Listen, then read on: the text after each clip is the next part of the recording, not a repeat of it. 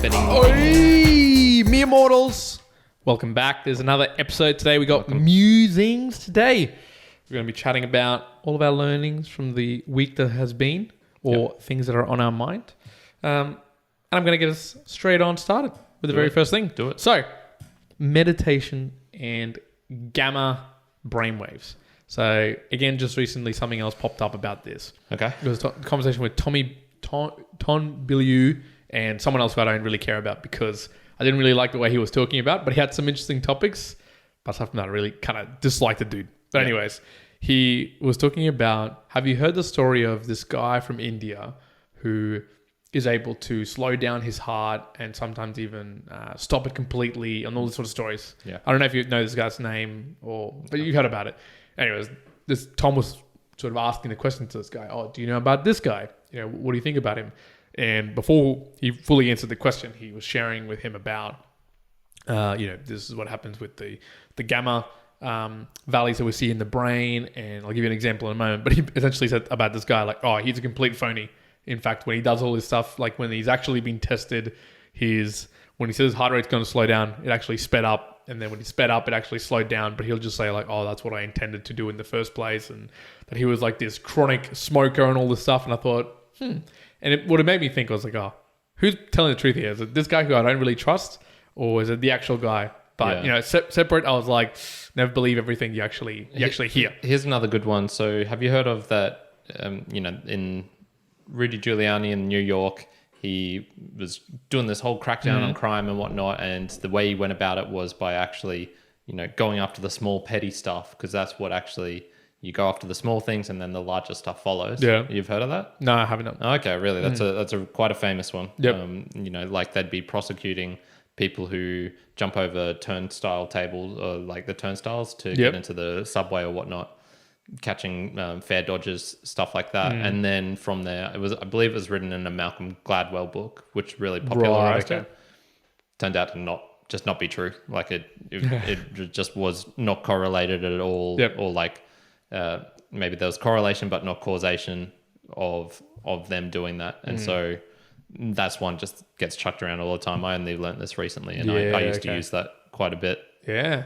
Well, he also the actual guy came up with some quote. He said, maybe it's neuromyth, but I heard this, and he said something random, and I thought, geez, man, like this is just you're pulling this out of whatever you're trying to say. I'm not too harshly critical of people, just knowing how much I inadvertently as well. That's true. That's also true. False stuff. But in particular, no. So one thing he was talking about was the best way. I haven't heard this being described this way, but this gamma version of brainwaves and what it actually means. What does it feel like?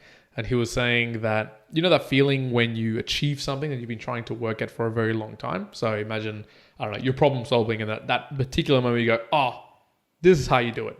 That particular moment. You, as a normal human, a normal thinking brain, that's when you produce quite a bit of gamma wave brain sort of activity.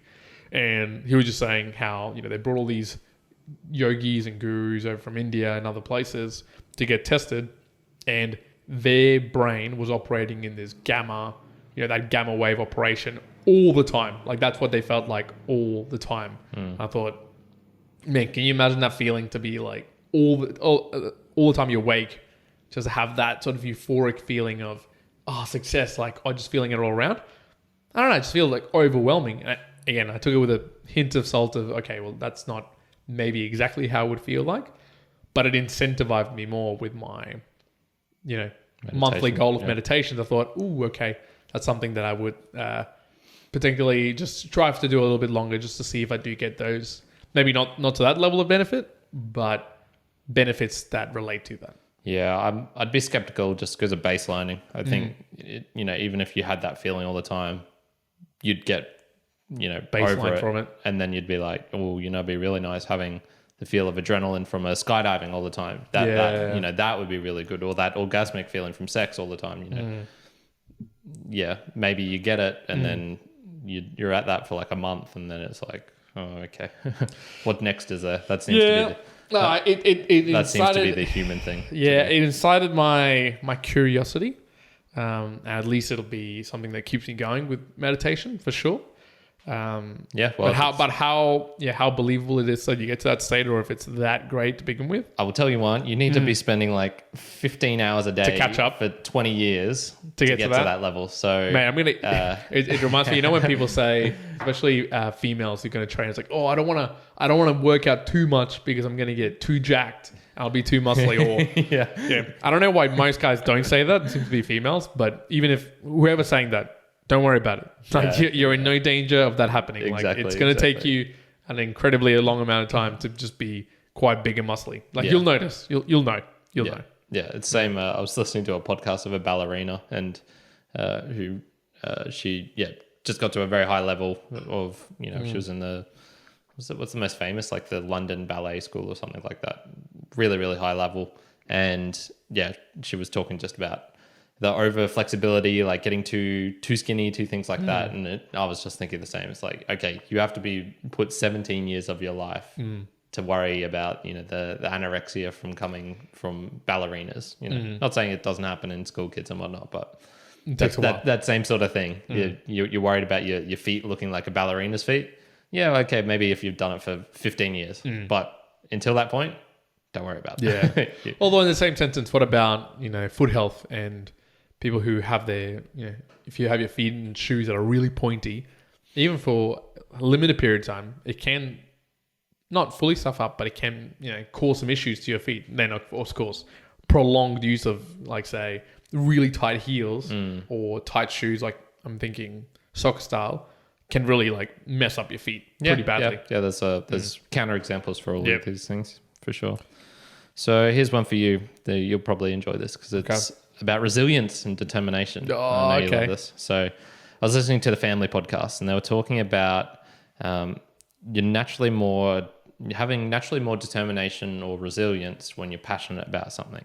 So if you're really passionate about it, Agree. You'll be more inclined to be going to the gym, all the being able to get up at 4 a.m. to hit the gym like you do and whatnot. So I was thinking, okay, is it worth cultivating the, I don't know what you call skill, talent maybe, to apply that, have the same level of determination for things that are irrelevant, so that you're not passionate about. So for example, let's say I have the hypothetical, and this is, not too far from reality. My dad gets really sick. All the savings he's ever used up, all my savings are used to getting him the best healthcare and whatnot. And so, we spend however much money it is to getting him better. And then I'm left saying like, okay, I'm in immediate need of work or cash or something. Would it be useful then to have a determination and resilience to attack coding, which I have no interest in, but that could be a useful thing to train up for and then, start earning money, or car reparations or whatever. Yeah. Is it useful trying to build that skill, that determination, to apply it to things you're not passionate about? Yes. I'd say yes. Yeah, I think it would be definitely useful. And so what you're saying at the beginning, that it is easier to be really, would you say, I guess the other word's disciplined or determined? Yeah. Whichever way you want to say it. See, then the other thing is determination. Do you feel like you need determination to get to the gym most of the time? No. For me, neither. No. It's something I just enjoy. So maybe determination isn't the. But I guess it's a good word there of, okay, when you're doing something that you enjoy and it's passionate and it's positive, then yes, maybe you don't need determination. But when it sucks, okay, then you might need determination and discipline. So I think having a good determination and discipline is a good thing. Are you saying more how would you practice it? Yeah, well, more just, I guess, so they were talking about... or if you would take the time to do so. So would you say you need determination or to be able to wake up in the morning to do the gym, for example? So it's maybe it's something, determination to be able to do something that you love, for example. So... I don't think you need determination to do something you love. But you sort of need... So like maybe the thing that comes before it. So intrinsically, do you get joy at the 4 a.m. wake up or 3 a.m. wake up? Yeah, no. So it requires a certain amount of determination to do that, but it's associated with going to the gym, for example. Yeah. So then the same question would be, okay, is it worth building up that same level of determination to wake up? Yeah, to be able to wake up at 3 or 4 a.m. to do something you would hate, 2 hours of meditation, for example. Is it worth building up the ability to be able to do that? I think it is, but only to an extent, because and I would sway on the scale of not as much as opposed to a lot. But I think there is some value in doing it in somewhat. I think I was going to compare it to when I was walking to the gym wearing a weight vest. It's one of those like, well, I don't need to, definitely. And the walking bit it's not enjoyable, but it's not enjoyable either. It's just a means that I enjoy getting extra steps. Yeah. But adding the weight, well, okay, that makes it a little bit more sucky. And it just makes me think, well, particularly not so much because I'm going to be, told to go and have to do this walk with weight, but there might be other scenarios where it might be something that I have to do. But I think it helps with determination of, well, if I'm going to get to the gym, I'm going to go through something much harder to be able to get to. But I wouldn't, so in saying that, like with the example you gave of waking up early to do 2 hours of meditation, I wouldn't do that. It's like, oh, no, I'm not going to do that. I just don't see the value on it.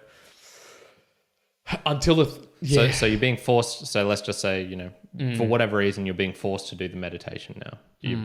You've come across something like some undeniable research that says. Well, no, I'll give you an even better example. Running. Okay. So I don't really enjoy running. Okay. Yeah. But I'm determined to do a marathon. Yeah. But I don't enjoy running at all. Like if you had to tell me, do you enjoy running? Do you like running? Do you think it's pleasurable? No, none of the above. All horrible. I'd rather be doing something else all the time. Even when I'm listening to a podcast, I'm thinking, man, I hate this. It's just annoying. Yeah, okay. But I still have determination of, okay, I'm going to have to get up. I'm going to have to make time for this. I've got to go get the shoes. I've got to have the clothing ready if I'm going to be doing it and I'm driving around Brisbane, whatever it may be. I have to have some level of determination. And at least at that point that there's a goal set to it and I'm going to do it, helps with the determination. And if it wasn't for that goal, there's no way I'd be doing it. I would probably say, I'll introduce here or there, but it would kind of wane away because other things I feel more passionate would take in. Yeah. I would say maybe like the 80-20 rule or something be like, 20% of the time if you're practicing determination, do it on things that you don't care about and that you dislike doing. So cleaning your teeth, or if you're getting into meditation or whatever it is. And then, but 80% of the time, associating it with something you really do find passion and joy with. So it's sort of like easy. Like whichever way, like the actual standalone determination / discipline, whatever you want to call it, that skill definitely that's like everybody must practice it. That's a thing for me. You should be able to turn it on at any point so that if you're given homework, if you're given a task, if you're given an exercise, whatever it may be, you have the ability to go, cool, I can, put it down on a calendar. I can do this. I can do whatever tasks is needed to accomplish it. Yeah. That's a good requirement.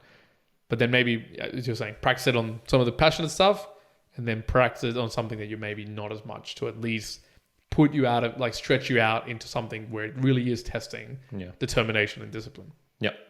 So maybe a little bit tied to this. Have you heard of a guy called Ross Edgley? I think it's you say his surname. I've heard that name. Okay. So some sort of sports. He's a sports person, so I'll give you like extreme sports. Yeah. So he became, I don't know exactly when he did this. Maybe it was 2018. He became really famous for swimming around Great Britain. Okay. So he swam around Great Britain. Yeah, this guy. Yeah. So he swam around Great Britain in 3 months or 2 months. Yeah. Something like that.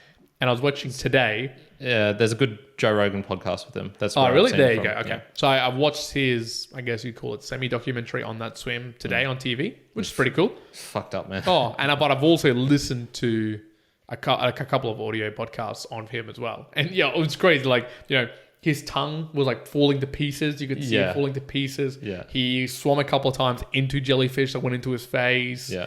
He was talking about getting like continuously his neck would get saltburn and sunburn all the time. And you could see it just be like a massive line, like you'd been whipped across your neck. Yeah. Like, it was pretty Do you hectic. remember how many calories? It was like 12,000 or like a ridiculous. They didn't talk about it in the... He's a big dude as well. He's not a swimmer. They talked about it in the... like they showed him eating, but they didn't talk about the calories. But he did say it felt more like a challenge of eating than it was swimming. Yeah. Although he averaged something like 12 hours of swimming per day. Yeah, and So he was it doing. was I think he was saying it was sort of 6 hours on, 6 hours off, or maybe it wasn't even that. It was a really something. weird. It was like maybe like 3 and 3. Yeah, So, no, he was definitely doing 6 hours on. It was 6 hours on, 3 off, 6 on, and then he would sleep and whatever on the boat. okay, yeah, Anyways, but Ross, he obviously understanding it, I went, okay, that's really cool. That's super extreme, and it made me think, okay, well, is that sort of the end, like to him? So he's a big guy. Yeah, he's a big guy. Like obviously you could tell he's strong. He's a big swimmer. Oh, he does. I don't know if you've seen him run, but there was a video he did with Eddie Hall, and he's a super fast runner, man. Super fast runner. So there's all this stuff. So there's this guy Ross, and there's another guy called Hunter. I don't know if you heard of Hunter, but he's also like crazy, like a crazy fitness person. Okay. I'm looking at this too, and I'm like, okay, is that sort of the level that you'd want to be striving for? Is Hunter the one who walked across Antarctica, or is that another dude? Must have been another. Like Hunter's like his nickname. His actual name is escapes me, but he's a pretty funny dude. There was a story, and I think they were talking about him where the trainer was on a bike, and the guy who was like weighed 80 kilos and 90 kilos. He was on a bike with the brakes set, and he essentially like ran with him on the bike with the flats. He was like running against like as the weight, and he did 4Ks at 4 miles at 6-minute miles, and then they let him go with the final mile, and in the final mile he did 4-minute 40 mile, and he was weighing like 210 pounds something. It was something like unreal. I don't know what that equates to exactly on kilometers, but it's just quick. It's wild. It's wild. Yeah. Anyway, so these two guys, it just made me think, okay, is that eventually what I'm trying to strive to? I think Ross is 33 years old right now. He just come out with a book. Hunter, I think, is like 32, 33. And I'm thinking, ooh, is that where I could see myself? Yeah. Like, is that the level that I want to personally? And if at first in my mind it's like, oh, it sounds like it'd be really cool.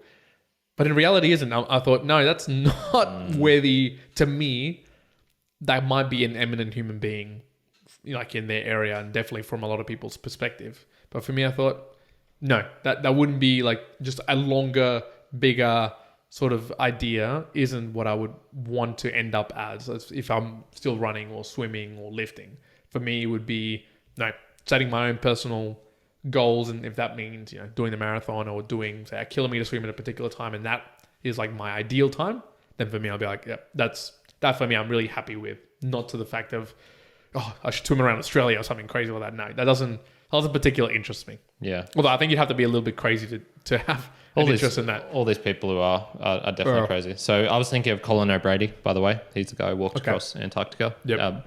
Similar vein, like. I remember, I think, listening to the Ross Edgley one and then listening to this guy afterwards, both on Joe Rogan, and their sort of attitude was very similar in the sense of they were just doing something so extreme, so crazy, and it was about all the tiny, minute details, preparations that you need to do to be able to do this sort of extreme thing. Dude, I know what you're talking about as far as. Thoughts maybe entering your head. You hear people doing ultra marathons. I've read a couple of books recently, Born to Run, where he's talking about ultra marathoners, and we're prepping for a marathon, and I'm thinking like, oh, maybe that'll be in the next challenge afterwards. And then you just hear about the awful stuff, like the tongue falling to bits, the guy running in he peels off 9 toenails. Preemptively tearing off toenails. Because they're hurting your feet, like they're cutting up your feet. That sort of stuff, man. It just gets to a point where you go, There's people out there who are into this. I just don't think that it's for me. The other thing that also crossed my mind is like longevity in, you can do these things and you could try to go and do them. Yeah. But let's say with running, you're undoubtedly going to get some issues in your hips or your knees, because just in the pure amount of time that you're just pounding them over and over and over. Now, that's not a bad thing. As a runner, if you enjoy it, that's cool. Like, just like when you lift weights, not that it has to happen, but most people go through rotator cuff injuries or some other sort of injury. If you play sports, it's just like, it's bound to happen. You're not, there's probably like 2% or 1% of people who never get injured. at all, right? I don't even like think you got about that you low, got no. injured playing kicking the ball around, and that's not something you like barely even do. Like you just got injured doing it. And that might be the reason why I got injured. 'Cause That's I true don't- as well. But you know, I can say that I've trained for a long time and even injured myself, you know, as of like pretty recently anyways. Not badly, but still it's not like, oh yeah, everything all the time you're always acting perfectly. But yeah, it just made me think, yeah, like for me to be really happy and on the top of what I think is my game doesn't necessitate me to be the absolute, like the most intense level at swimming or running. No, it can be paired back to an acceptable level that I also think is quite a high level, I guess, Yeah. to describe it. So I don't know if for you, like let's say with handstands, say you could do a one-handed handstand, do you think that for you to be considered like, yeah, amazing, it would be the most amazing thing, would you have to be doing like super intense, like one finger handstand or one-handed planche or something crazy like that? Or do you think that you get to a point that you go, yeah, man, yeah, so happy with this? Yeah, I think there's always going to be a point, and that'll just, you know, come through age. It'll come to the point where you're dictated, Forced. Yeah, and Your body will force you like, no, you're not. You know, I'd say we're almost at that point now where we're you know 28 years old. That's getting towards the peak level of a lot of sports for what you could really be doing reasonably do. So yeah, even though I might be able to, you know, play soccer now, and I probably would get better until my 30s. You know, it's the prime is sort of it's gone past you. there. When do you reckon you're going to be the prime of your life physically? If you had to predict, yep.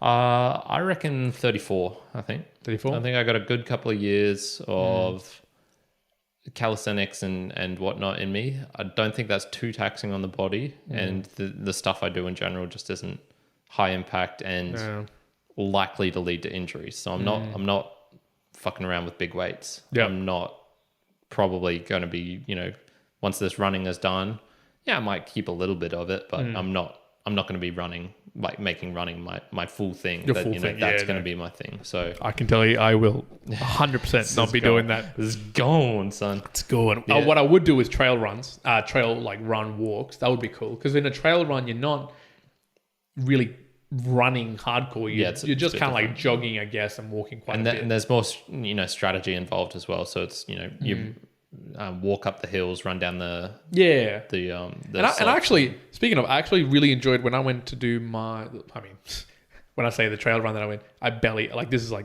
the first and only time I've gone in a big trail run, but I went for that, whatever it was, 11, 12 kilometer hike with 30 kilos on my back or whatever it may be. And like I did that fairly quick, and I was doing that, you know, running on the down and flat periods and walking up the hills. I found that enjoyable. I think it was broken up a little bit. Yeah, it's hilly. It's different. Yeah, just the running. I don't know. Just the monotony of it. Just like I'll let you know how I go once I catch up with Tanya again and do a proper trail run. If that's much different, it'd be very interesting. That would keep me more interested for sure. So or a hike. The only thing I'm worried about is wrists. That's the only thing I'm really worried about in the sense that to get to like really good handstand level, you're gonna be putting a lot of time on the wrists upside down. And a lot of the other movements I do are wrist based. So muscle ups, like you need to be able to flick the wrists over. Lots of hanging moves, even dips and stuff like that. What would you do? So imagine, I mean, a little bit different, but imagine that 29 years old, turn 29, and then you snap both wrists so bad the doctor's like, yep, you'll never be able to like pretty much put pressure on these again. What would you do? What would I do? I'd still try and do some sort of calisthenic stuff. You know, just because I like that being outdoors element. So you know, you can do more leg based stuff, or you know, I'd probably transition to do things like box jumps and probably more cardio based things. So swimming, for example, or things like that. Okay, good. Yeah, maybe soccer. Maybe get back into a sport of some sort. Yes. Yep. Okay. Yeah. Well, what about you? When's your peak coming? I was going to say before you said it, 33. So I'd say, yeah, 33, 34. I reckon it would be but I'm talking peak around, that would be my fastest swimming. And if I was going to continue running and endurance levels, in terms of my speed, like top power speed, I reckon that's long gone. I reckon when I was running my absolute fastest was 23, 24 years old. Yeah, I felt a bit quicker. Unless I dropped a lot of weight now and like reduced the amount of weights I do and everything, I don't think I'll ever get back to the top speed I was able to reach. And yeah, 33 I'd say would be, and that would be also a balance of, you know, the heaviest lifting with the fastest amount of time in endurance and everything combined. Yeah, that would be the level. Yep. Yep. What have you got for me? So speaking of this, do you have anything more, or should I get into my mere mortal moment? Get into your mere mortal moment. Okay, so the fundamentals will get you everything you dream of and more. Strength and technique, baby. Ooh. Woo!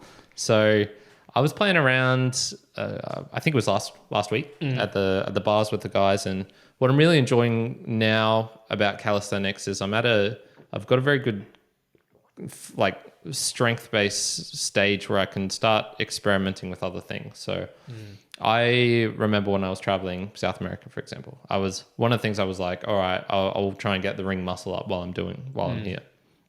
And, you know, I practiced it for a bit, but I was just so under the level of strength that you needed that it just wasn't going to happen. Like I could bring myself to like a normal pull-up with them, and I could do that a bunch of times, but the strength needed to get up and above that, it was just, you know, maybe like very different. 2 kilos of muscles more I needed on my back or whatever.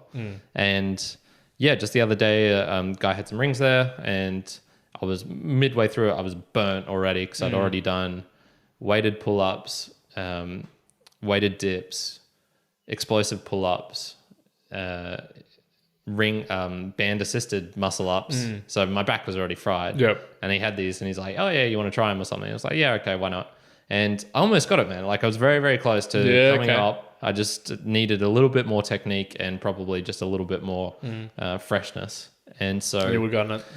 So how does that relate to my mere mortal moment? Well, I was going to say, like, once you get those fundamentals, that's where things can transfer. So you know, I can now apparently do handstands with meshed fingers like this. I don't think I could, and it's completely different. So you're a lot more liable to fall over on the side than just a normal one.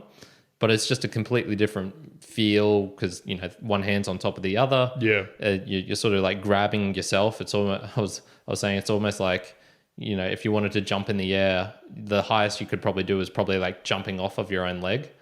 So that's sort of what like a handstand with meshed hands sort of feels like, because you're pushing on your own hand to gain the balance in your other hand. Almost. Yeah, okay. That's a bit weird. Yeah, so it was, and then there's like all sorts of things I can do on the blocks now with the handstands and whatnot. And the reason I can do that is because I spent so much time just like against the wall, getting the fundamental, just a nice, clean, straight handstand.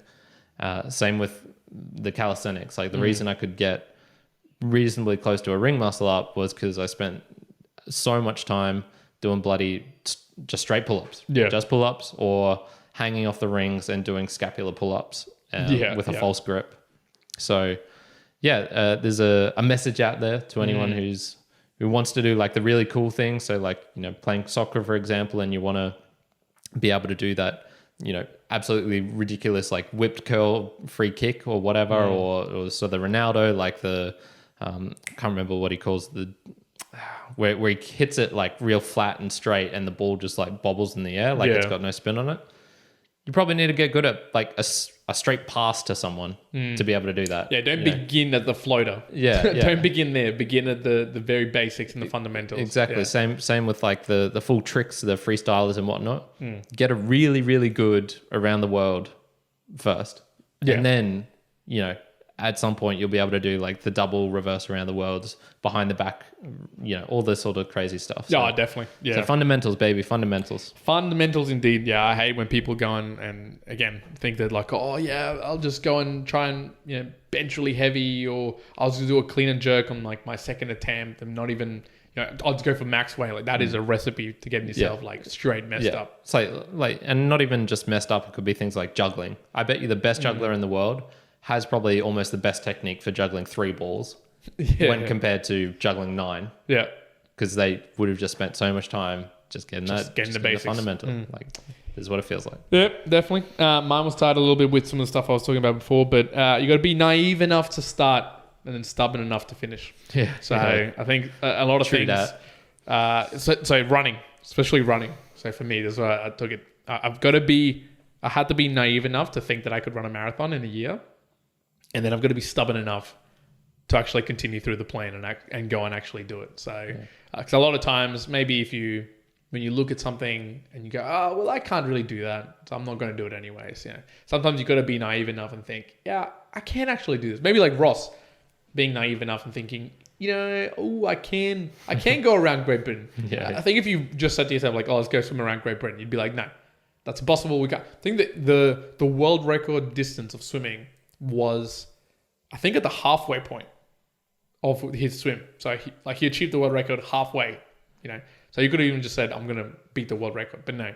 So you've got to be naive enough to begin, but you definitely have to be stubborn enough to finish. So once you're in it, you got to get that determination, that discipline. That's it. And finish it off stubborn. So if you want to continue to be stubborn, Karen, what can the people at home do to be getting better, be disciplined, or be stubborn about? If you want to be disciplined, well, look, this is kind of easy because there's going to be a pleasurable thing. You create 50 different YouTube accounts. Oh, okay. You subscribe to us. And that will require some determination to create 50 and do it. But I know you want to do it because you love the Mere Mortals. Yes. And you're very passionate about it. So it's probably not going to be that hard. Stubbornness, though, I don't know. If you want the stubbornness, seeing the stubbornnness of the Mere Mortals, you want some inspiration, 6 posts a day on Instagram, that's kind of stubborn. Yeah, that is kind of stubborn. you can go there and check us out. Other than that, the daily stubbornness on the YouTube or the audio, wherever it is, leave us a review. Take it, consume it, enjoy it. Exactly. Now, folks, if you haven't subscribed and you've gotten to this point, I'm going to make a call out. 2 things. 1, subscribe. 2, tell your friends. Tell your friends about the Mere Mortals, about the fact that you're learning things, but the fact that you're listening to us, about the fact that we're stubborn. We can talk shit too. That's all. 1 out. Karen out. Grr.